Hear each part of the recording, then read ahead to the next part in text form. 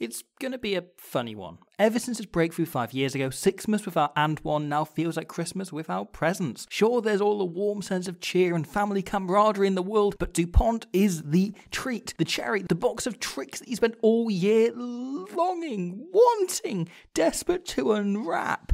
And in 2024, this is just what we're facing, an empty tree on Sixmas morning, as Antoine Dupont, the world's finest rugby player, has opted to skip the Six Nations in order to focus on Rugby Sevens, the dream being a place in the Olympic Games this summer and potentially a medal to sit in the spot he expected to be placing his one for winning the World Cup last year. However, that does leave a Six Nations to now be played without him, and a French team needing to fill the 9 shirt somehow or other, looking to slide some other player into his impossibly cuboid shoes. So, assuming Galtier doesn't don it himself, I figured it's perhaps better to hand over just how France might adapt to life without Antoine. Look at how they might play with just a regular scrum half rather than a cuboid demigod over to a pretty regular scrum half himself. My brother and channel co-person, Will.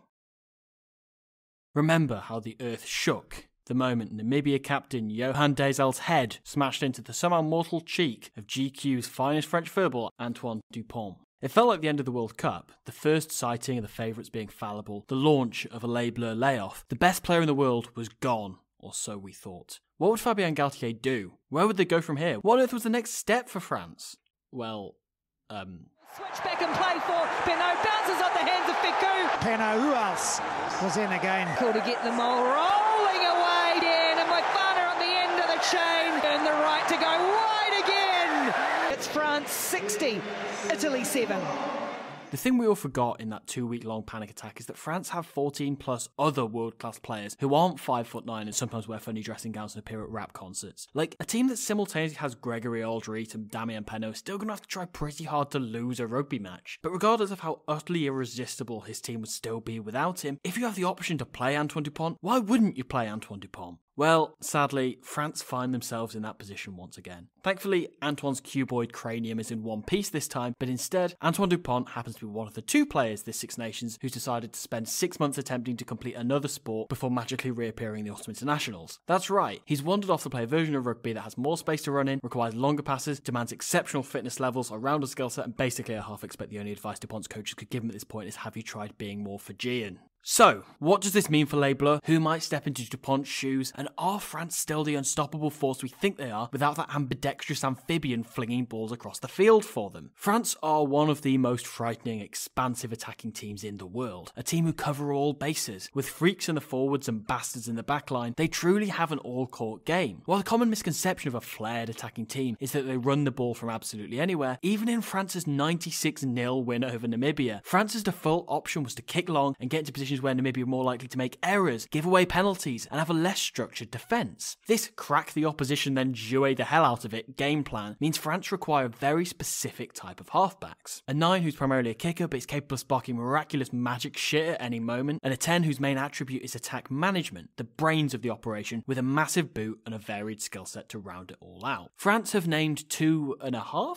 scrum halves in their squad. One is 2024 Eric Lund Award winner for rugby's shiniest head, Maxime Lucu. Another is the most overpowered, unused substitute in recent history, Nolan Le Garrec, and the half is Antoine Gibert, who's one of those weird players who's usually a 10, but also can play 9, and I'll be honest, I thought French rugby retired that genre of player since Freddie Michalak quit rugby to become a radio DJ. So, what's the difference between all these guys and that weird best player in the world fella who isn't in the squad? Well, I mean, particularly in the case of Lucu, the answer is kind of this. The bloody ridiculous line breaks Dupont makes that literally no other rugby player in the world can. It's obviously a pretty massive thing to miss out on, but to be honest, it's not as big a downgrade as you'd think. Sure, France have lost that baby from the Incredibles who just randomly sets himself on fire while he runs, and now instead they've replaced him with a normal functioning test level scrum half. So what kind of a player is Maxime Lucu, and what exactly is he going to bring to Les Bleus this Six Nations? First and foremost, Lucu's pass from the base is fantastic. He probably rivals Jamison Gibson-Park as the fastest chucker of an egg this side of the equator. He's far from the flashiest player, but he's extremely well tuned. Now, the best indication of how France might play with him at 9 probably comes in the form of their second to most recent game, that one against Italy from earlier. where they put 50 points on them when Dupont was injured. Because of France's constant threat around the fringes, Italy marked the area around the breakdown really heavily. In response, France play off 10 from the midfield, aiming to hit wider seams in the Italian defence, and off 9 from the edges, aiming to just get a good forward carry and a chance to set something on the next phase. France have 2 genuine S-tier string pullers in Mathieu Jalibert and Thomas Ramos, meaning the whole attack is always on the same wavelength. Pretty much all high-level modern rugby teams attack with a consistent forward formation, such as the 1-3-1 as run by teams such as the Springboks, or the 1-3-2-2 as utilised by Andy Farrell's Ireland. The objective of these shapes is to spread your pack across the pitch, always have options to clear out and offload to, and to conserve your pack's energy, spreading the workload evenly across all 8 players. The 1-3-1, for example, it's a great shape. It's symmetrical, it balances everyone's effort, it's really effective. 1-3-2-2, likewise, is pretty sweet, especially if you've got a big pack who can win rucks without the aid of pulling too many of your big forwards in. Fabien Galtier, however, always being the suave bastard in the room, hears about all of this and just wants to one-up you. Have you heard of the 1-3-4-1? Asks Fabien.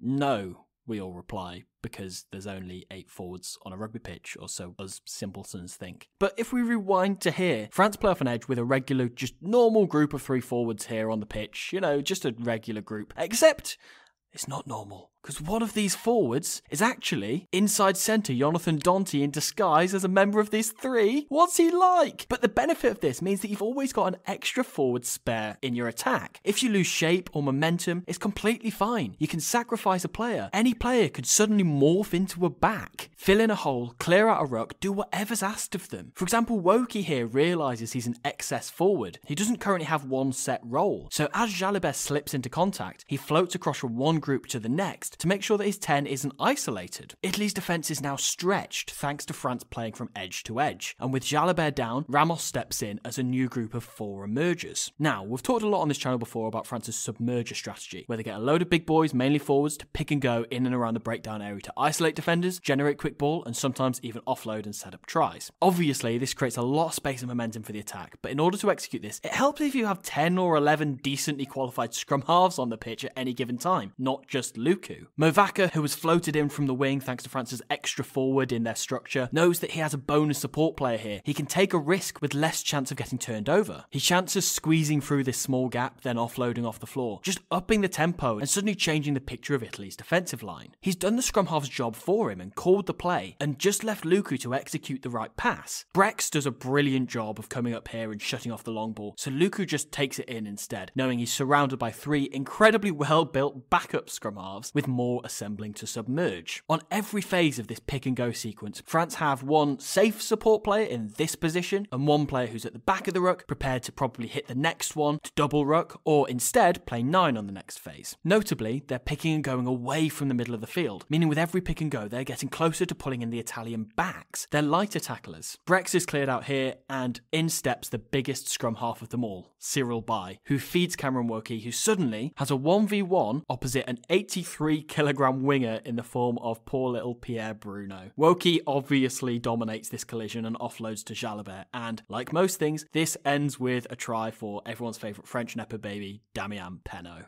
One conclusion you can draw from this is that France don't really need a scrum half. Another is that Bordeaux's Luku-Jalibert axis has an inherent knack for manipulating defences, and that goes tenfold when you also throw Ramos into the mix. Similarly here, most of the play, unless for an edge, is sent through Jalibert. Bordeaux are making really good yardage, so Bayonne bring their wingers into the line to strengthen their defence, meaning Mathieu Jalibert himself can slide a kick in behind to put them under pressure. On the next attack, Bordeaux do the complete opposite. They still attack from side to side, but this time it's off Luku. After having defended wider pods in the previous set, Bayonne have spread their forwards out in defence. This means that as soon as somebody wants to contest a breakdown, Luku can just fizz the ball to bloody Ben Tamafina, who is gifted a 1v1 carry, which very swiftly turns into a 1v0 carry, as Big Ben turns his man into human mush. Luku's main attribute he brings to this team is his big shiny brain, his game management, his temperament, his ability to grab a tight game by the scruff of the neck and really get on top. However, the other elephant that left the room to go and play sevens is the one that lives inside Antoine's boots. Possibly the most impressive and ridiculous thing about old Cube Boy's game is the fact that he can kick further with his weak foot than most international scrum halves can with their strong one. But hey, that freak of nature's gone. He's off. He's gone to the Olympics. They'll have a normal human being playing scrum half for them now, so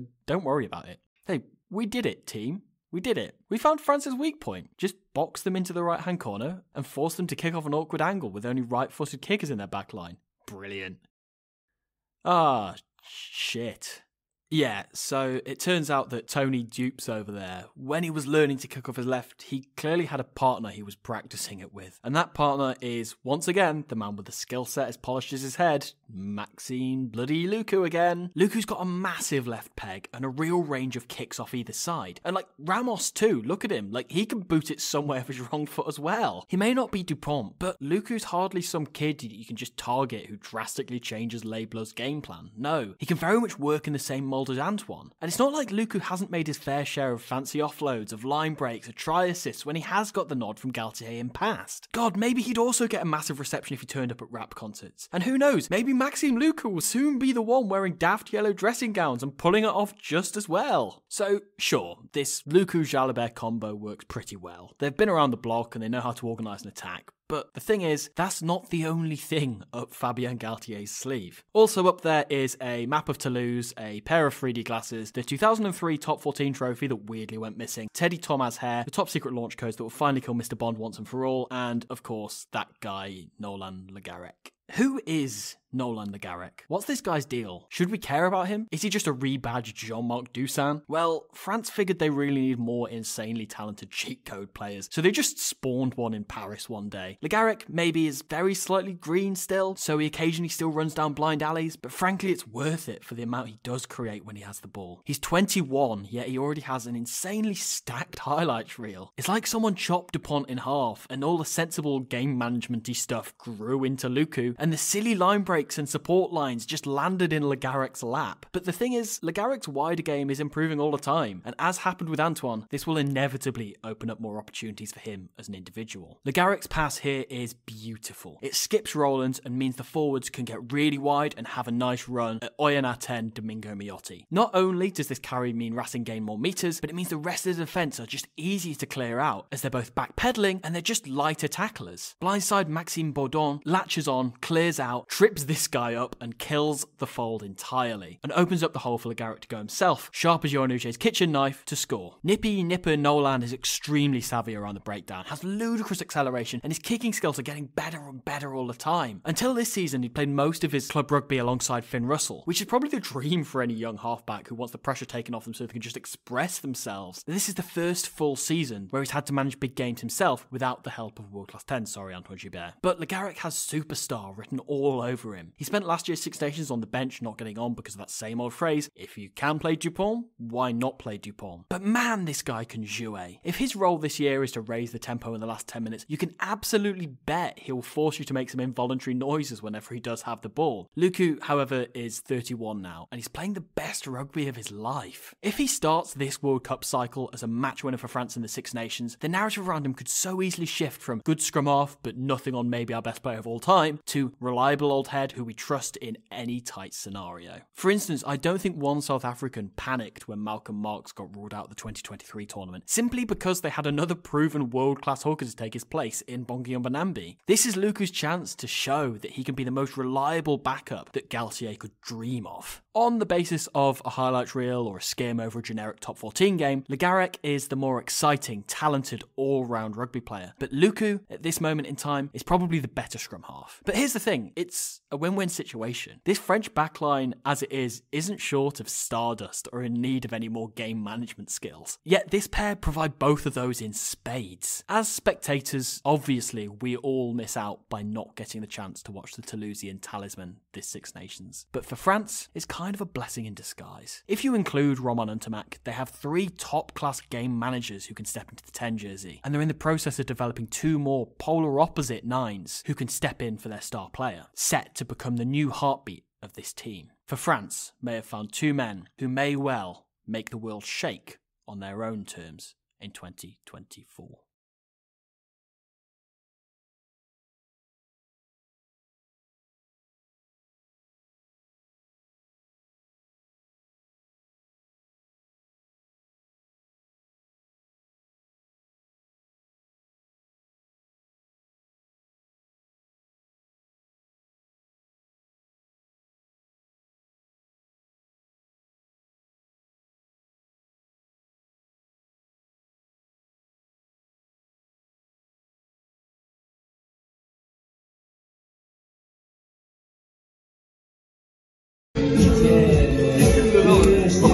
Thank